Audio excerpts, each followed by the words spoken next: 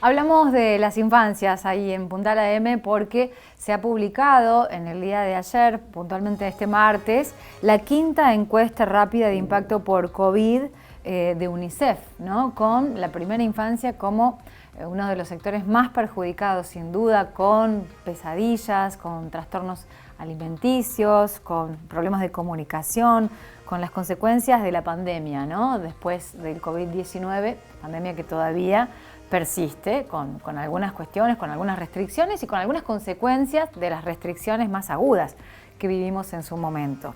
Carolina Aulicino es oficial de Políticas Sociales de UNICEF y ya está en diálogo con nosotros. Le agradecemos el contacto. Carolina, buen día. Paula te saluda. Buen día, Paula. Muchas gracias por el llamado. Bueno, gracias a vos. A ver si nos podés contar, podemos desglosar este informe de la quinta encuesta que han llevado a cabo ustedes. Sí, nosotros desde UNICEF, ya desde el inicio de la pandemia, en abril del año pasado, comenzamos con estos relevamientos justamente para poder ver cómo estaba afectando la pandemia a los chicos y a las chicas y cómo evolucionaban estos indicadores a lo largo del tiempo. Y en esta quinta ronda que hicimos entre octubre y noviembre de este año, lo que vemos es que claramente el grupo de la primera infancia, es decir, los chicos y chicas que tienen menos de 6 años, es el grupo que está registrando más dificultades para recuperarse de estos efectos. Y como vos bien señalabas recién, mucho de esto se expresa, por ejemplo, en alteraciones con las comidas, alteraciones con el sueño, como bien decías, pesadillas, chicos que antes dormían solos y que ahora no pueden volver, no pueden dormir solos, o que volvieron a hacer pis en la cama, por ejemplo, cuando eran algo que ya no hacían, problemas en la comunicación, porque les cuesta también expresar lo que están sintiendo, entonces quizás hay más berrinches, más gritos, más momentos donde cuesta mantener una comunicación con los chicos y las chicas, y que todo esto se ve en un porcentaje muy elevado de los hogares, más de la mitad expresan alteraciones con las comidas, un 40% alteraciones con el sueño, casi uno de cada 4 problemas de comunicación, y que además cuando uno lo compara, por ejemplo, con el grupo de los adolescentes, nosotros les preguntamos directamente ahí a los chicos entre 13 y 17 años, en el caso de los adolescentes, por ejemplo, estas situaciones muestran mejoras, ¿no? Las situaciones de angustia o de depresión o de miedo que indicaban al inicio de la pandemia se fueron reduciendo mucho como resultado en parte de la vuelta a la presencialidad, la posibilidad de compartir más con pares, de salir, de estar con amigos, amigas. Y en el caso de los chicos y chicas más chicos, esto no se está viendo esta recuperación. Bien, pensaba mientras tanto, vos detallabas el relevamiento, ya 20 meses pasó de la pandemia, casi, bueno, 2 años, y siguen viendo las repercusiones. Y fundamentalmente otro dato que me llamó la atención es cómo nos hemos arreglado, ¿no? En las configuraciones familiares, por lo que sea, por la crisis o por lo que sea, con el tema de los cuidados, o la falta de cuidados, o los más grandes de los hermanitos cuidando a los más chiquitos, o mucho tiempo de niños, niñas y adolescentes solos, solitos durante mucho tiempo, porque no hay dinero para pagarle a alguien que lo cuide, porque estábamos todos aislados, por lo que sea. Ese también es un dato importante para remarcar, ¿no, Carolina? Sí, nosotros lo que veníamos viendo en las encuestas es justamente este tema de, hay una oferta en especial para la primera infancia, ¿no? Para los chicos que están entre 0 y 3, por ejemplo, la oferta de espacios de primera infancia es todavía muy acotada, solo un 20% de los chicos acceden a estos espacios y en gran medida son quienes pueden pagar por esos servicios en el mercado porque la oferta pública todavía no alcanza. Entonces, de alguna manera, digamos, las familias resuelven, ¿no? Esta situación porque necesitan salir a trabajar, porque necesitan generar ingresos, y a medida que se fue reabriendo las actividades económicas y la gente volvió a trabajar a los lugares de trabajo, se agudizaron estas situaciones que bien remarcabas de cuidado inadecuado, ¿no? La encuesta nos muestra que un 12% de los chicos y chicas en su primera infancia se quedaron solos, se tuvieron que quedarse solos cuando las personas adultas salen a trabajar, y un 8% se queda a cargo de un hermano o hermana, generalmente una hermana, que también es una niña o un adolescente que tiene que estar haciendo la tarea o jugando o haciendo cosas propias de su edad y que tiene que hacerse cargo del cuidado sus hermanos o hermanas menores, y que todas estas situaciones también afectan la salud socioemocional de los chicos y chicas que o pasan mucho tiempo solos o bajo una situación de cuidado inadecuado. Y en otros casos donde se puede, donde existen los recursos, se puede pagar un cuidador o una cuidadora o un espacio privado, pero claramente las dificultades de la conciliación afectan el desarrollo y el cuidado de los propios chicos y también las posibilidades de las familias, principalmente de las mujeres, que son quienes más realizan estas tareas, de poder salir al mercado laboral y generar ingresos y tener ingresos suficientes para las necesidades básicas que cualquier hogar tiene. Recién lo mencionabas, ¿no? Cómo ha mutado lo agudo de la fase 1 en su momento y cómo con las flexibilizaciones y la vuelta a la presencialidad decías, bueno, los chicos tienen como otra cuestión, ¿no? No más superada, porque seguramente aquellos que han tenido que echar mano de un terapeuta y han podido pagar y afrontarlo lo han podido hacer y mejorar en ese sentido.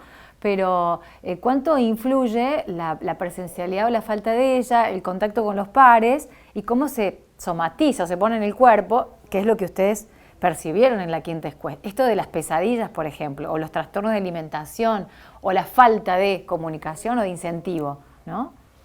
Sí, claramente esta era la diferencia como más central que veíamos cuando comparábamos estos grupos, ¿no? Los más chiquitos con estos problemas de pesadillas, de despertarse en el medio de la noche, de no dormir solos, de comer mucho más que antes o mucho menos, ¿no? Claramente como una conducta que está demostrando cierto estrés que se mantiene frente a las y los adolescentes que, si bien obviamente siguen existiendo, como vos decís, sentimientos de angustia o de miedo, bajaron muchísimo con respecto a las rondas anteriores. Y ellos mismos nos dicen en valores que son casi universales, es decir, el 95% de las y los adolescentes están contentos de volver a la escuela, contentos de reencontrarse con sus compañeros. Más del 80% dicen que la vuelta a las clases presenciales los motiva más con el estudio, les permite estar más concentrados en la realización de las tareas escolares. O sea, hay toda una situación donde claramente la vuelta a la presencialidad y la posibilidad de compartir más espacio, porque hay más actividades, porque hay más apertura, porque hay más seguridad en poder estar con amigos y amigas, todo eso está mejorando la situación socioemocional de las y los adolescentes, y son impactos que todavía no vemos en la primera infancia, claro, justamente por esto que conversábamos recién, de una menor asistencia a espacios de primera infancia y por estas situaciones también de cuidado inadecuado. Carolina, con estos datos, primero, el relevamiento, ¿en dónde se usó? ¿En dónde se hizo? ¿En qué universo? ¿De qué cantidad de personas y en qué lugares físicos? Digo, en Buenos Aires, ¿han tenido en cuenta el resto del país? Y la otra que te quería preguntar, ¿fueron presentados estos datos al Congreso, a las autoridades pertinentes para tomar políticas públicas al respecto? Sí, la muestra de la encuesta que se hizo en todo el país es una muestra que es representativa de los hogares de todo el país, permite desagregar por las características de la muestra por regiones, no a nivel provincial, pero sí a nivel de regiones, y se ha tomado en cuenta lo largo y ancho del país, con la especificidad de que son siempre hogares con niños y niñas, ¿no? Es representativa de ese grupo de hogares, aquellos que tienen chicos y chicas en sus casas. Y los resultados, sí, nosotros desde la primera encuesta tuvimos distintas instancias de presentación a las autoridades. El primer relevamiento se presentó en una audiencia con el presidente, luego los relevamientos posteriores también con miembros del gabinete, también con autoridades provinciales con las que venimos trabajando.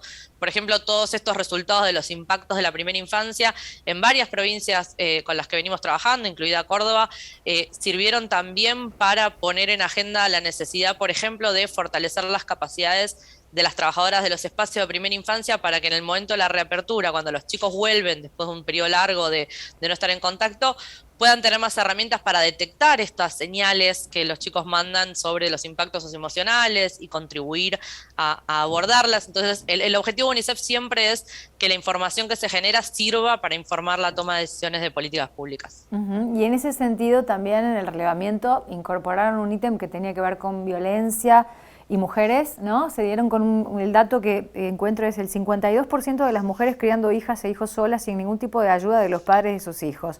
Un porcentaje que llega al 63%, si se tiene en cuenta los que pagan una vez sí y otra vez no, por ejemplo, ¿no? Sí, nosotros ahí sumamos, en este relevamiento en particular, sumamos esta pregunta, o sea, veníamos siguiendo distintos temas en relación con mujeres y con cuestiones más referidas también a cuestiones de situaciones de estrés, de violencia, de sobrecarga, y en este último relevamiento sumamos esta pregunta sobre los temas del pago de la cuota alimentaria, es decir, aquellas mujeres que residen en hogares donde el padre de al menos uno de los chicos o chicas no reside en el hogar y debería estar cumpliendo con la cuota alimentaria, y es un dato que realmente dio muy alto, o sea, más de la mitad de los hogares, un 52% de estas mujeres indican que no reciben el dinero de la cuota alimentaria, un 63% si consideramos quienes dicen que lo reciben de manera irregular, es decir, un mes sí, un mes no, de vez en cuando, a veces, Claro. y las razones por esto tienen que ver, digo, en algunos casos un 20% indicaban que los padres están teniendo problemas de situaciones laborales y de ingresos, pero en el resto tiene que ver con cuestiones que no responden a eso, sino que responden a una mala relación o una ausencia de vínculo o un no querer aportar, digamos, cuestiones que pueden estar relacionadas a otras cuestiones más vinculadas con la violencia. Y con materia de las políticas públicas ahí concretas, por ejemplo, con la tarjeta alimentar o la tarjeta o la asignación universal por hijo, ¿dieron con algún dato interesante en este relevamiento? Sí, claramente lo que se ve es que el sistema de protección social está llegando a un universo muy amplio de hogares. O sea, al inicio de la pandemia había un 18% de los hogares que recibían la tarjeta alimentar o algún otro apoyo alimentario. Hoy eso es el 48% de los hogares, o sea, casi la mitad de los hogares reciben la tarjeta o algún otro apoyo alimentario. Esto tiene que ver principalmente con la ampliación de la cobertura de la tarjeta alimentar hasta los 14 años, Mm. y casi un 60% de los hogares recibe al menos una transferencia de ingresos, ¿no? Puede ser la UH, la tarjeta alimentar u otras políticas. Obviamente el impacto que tuvo la pandemia, que aún hoy vemos en los datos de la encuesta que el 60% de los hogares indican que tienen sus ingresos reducidos, o sea, tienen menos ingresos que antes de la pandemia. Ese impacto hubiera sido muchísimo mayor sobre las posibilidades de los hogares de comprar alimentos y de comprar otros bienes como ropa o cualquier otro insumo que requieren para los niños y niñas. Hubiera sido mucho mayor si no hubieran existido estas políticas, Claro. ¿no? Y lo que sí nos muestran el nivel de endeudamiento de los hogares, la cantidad de hogares que tuvieron que dejar de comprar algún alimento, es que si bien sirvió muchísimo para amortiguar, igual todavía no es suficiente para ayudar a que estos hogares no vivan en situaciones de pobreza extrema. Carolina, por último, ¿estas encuestas están sistematizadas, están planificadas? Digo, ¿se viene una sexta en breve o no? Todavía no.